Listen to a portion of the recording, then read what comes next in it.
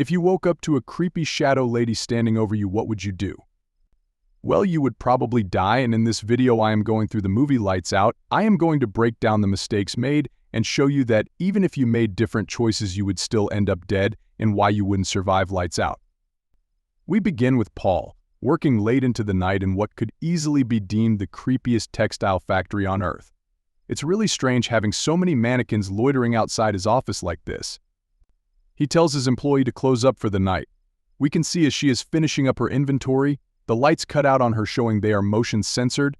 That would make doing this job extremely annoying. As the lights come back on, we can see the clothes are moving. It might freak you out a little bit, but it's probably not enough to cause you too much concern.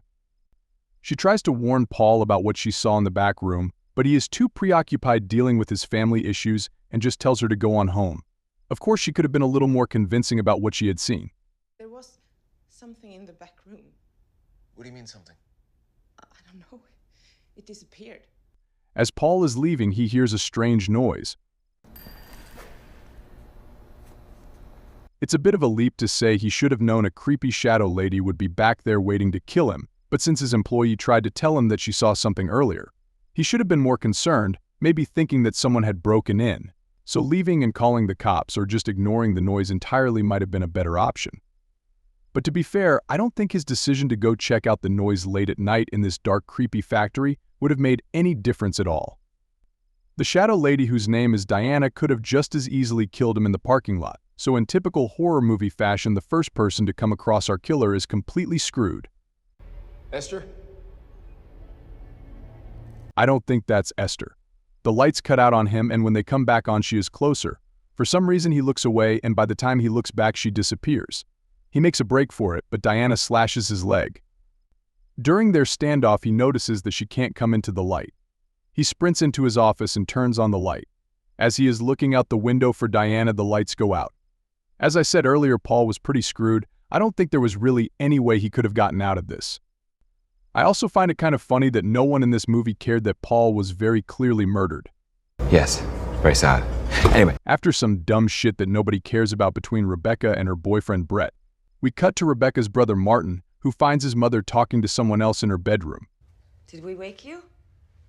Martin is understandably like, who the fuck is we? His mother tells him to go back to bed, and on his way back to his room, he turns around and sees Diana creeping around the corner. He runs back to his room and hides under the covers. The next day, Martin is in the nurse's office at school. I am going to assume that Diana just doesn't want to kill him yet. If we look at Paul's situation, she could have very easily turned out his lights and killed him. The school nurse calls Child Protective Services because Martin keeps falling asleep in class. I feel like it would take a little more than that to get CPS on your ass.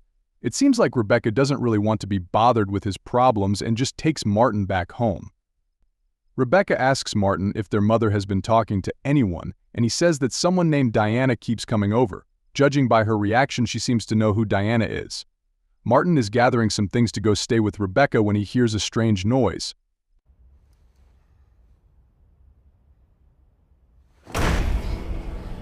I know he is just a kid, but come on, he had to know it was Diana. Just stay in the light and ignore her. You have a supernatural entity after you. If you want to survive this, you have to be smart, and checking out every noise you hear is not smart. Just ask Paul. At Rebecca's place, we see him pull out a flashlight, which is good, but he is definitely going to need more than that to fight off Diana. As the audience, we know that Diana is not confined to the house with their mother, but it's unclear exactly how much information Martin knows about her. The point is, he should not let his guard down, and he should also be trying a lot harder to inform his sister exactly how dangerous this situation is. But to be fair, no one is going to believe him without seeing it for themselves. Later that night, Rebecca gets woken up to some scratching noises. Martin? That's obviously not Martin.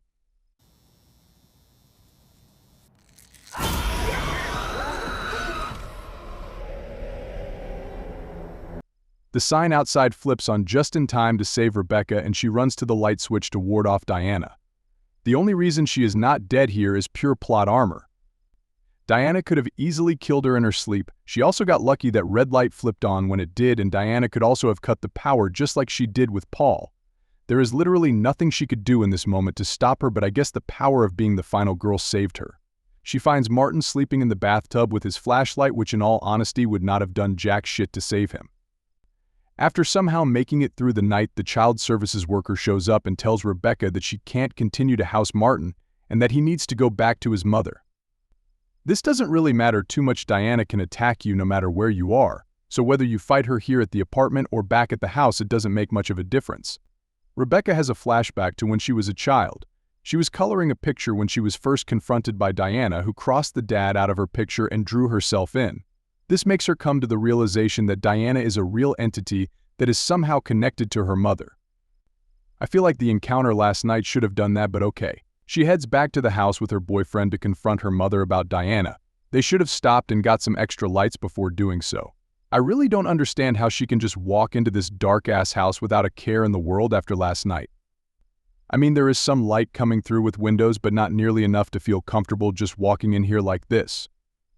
Rebecca goes upstairs where she learns that Diana was a patient at the same psychiatric hospital that her mom was and sees that the doctors were putting her under some kind of experimental treatment to try and cure her light sensitivity. Oh, and here is Brett just chilling in the dark with no clue about what is going on. He should be dead here, and it would be completely Rebecca's fault for not at least attempting to clue him in about what is going on, and unfortunately, this is how most of you would also die, getting attacked and killed before you even had a chance to figure out what is going on and fighting back.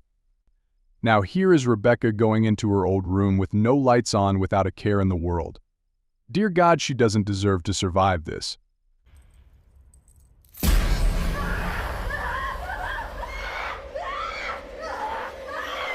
Here's Martin and his mom having a fun movie night until she decides to invite an unwanted guest, which goes pretty poorly. I am not sure what she expected to happen. Anyways, Martin hightails it to his sister's apartment. She sends Brett out to get some food and still hasn't even tried to tell him what is going on. If he didn't have some pretty thick plot armor, we would never see him again, at least not alive anyways.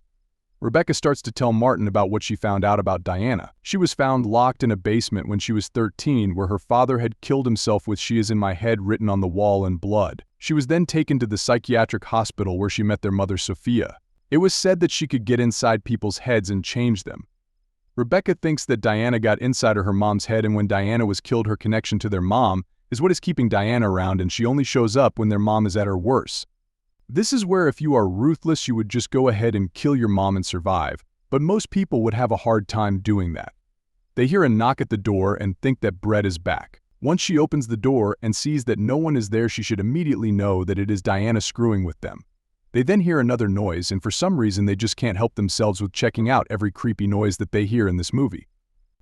It turns out to be a distraction, and she grabs Martin from under the bed. With the strength that she showed earlier grabbing Paul, there is no way Martin would have escaped. Diana was just nerfed for plot convenience. Martin would have been pulled under the bed and killed immediately. They all head to the mom's house to have a talk with her about Diana, and of course it doesn't go very well. Next, it shows them setting up defenses against Diana around the house, which is done very poorly, and for some reason they think it is a good idea to split up and sleep in separate rooms.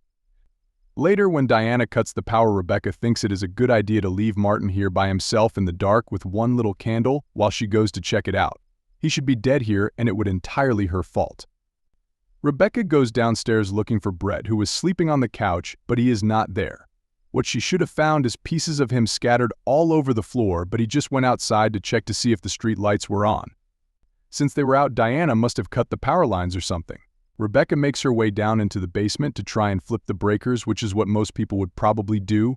Maybe not with just one light by themselves, but I think going into the basement at all is a bad idea in this situation, and you would most likely die very quickly. Marin wakes up to find that his sister left his ass here by himself and is forced to wonder about the house alone with just this stupid little candle. He of course runs into Diana and only escapes due to his extremely thick plot armor. He manages to find his sister in the basement. I am not sure why she would still be there. It only takes a few seconds to flip the breakers and see if the power comes back on. If it doesn't, then there is nothing she could do about it anyway, so it makes no sense to stay there. Martin should have punched her right in the gooch for leaving him by himself like that. Diana then locks them both in the basement, and now they are trapped with one flashlight and a shitty candle. Congrats, you are both dead. And now Brett gets to meet Diana all by himself. After getting thrown around by her, he runs outside where he is ambushed by her when he runs through the shadow. It was pretty quick thinking to use the car headlights to get rid of her. But he was panicked and he got into his car right away with no lights on. Diana should have appeared right behind him and killed him in his car. Surprise, motherfucker. Rebecca starts burning paper in the basement to create more light, which is a good idea, but they would run out of stuff to burn eventually. Martin does find a UV light, and Rebecca has the bright idea to split up again, where she finds a creepy room filled with mannequins and blood writing all over the walls. This time, when she sees Diana with the UV light, she doesn't disappear. When she grabs Rebecca, she should have easily been able to kill her, seeing how strong she is, but for some reason can't pull her in. Martin gets there in time to shine a light on her, and this time instead of disappearing it hurts her, so now they know what her weakness is. If it were someone not wrapped in plot armor, they would have been killed long before this point, and would have never figured this out. Brett comes back with the police, which in this situation is a bad idea because they have no idea what is going on and is just going to get themselves killed. He tries to tell them that they need light, but of course they are not going to listen to him. The police do get Rebecca and Martin out of the basement, then Diana lures one of them away. He gets to find out the hard way that a gun by itself won't do anything against Diana and gets killed. The other cop goes after her partner and Rebecca tries to get her to take the UV light, but of course she is not going to listen, she doesn't know what is going on. Rebecca and Martin should have just went with the cop together, so when she appears she won't disappear with the UV light and the cop could have just shot her. But they didn't, and she gets to die now. Rebecca once again thinks it is a good idea to go by herself to find her mom. She runs into Diana, who instead of killing her right away throws her around, giving her mom a chance to interfere.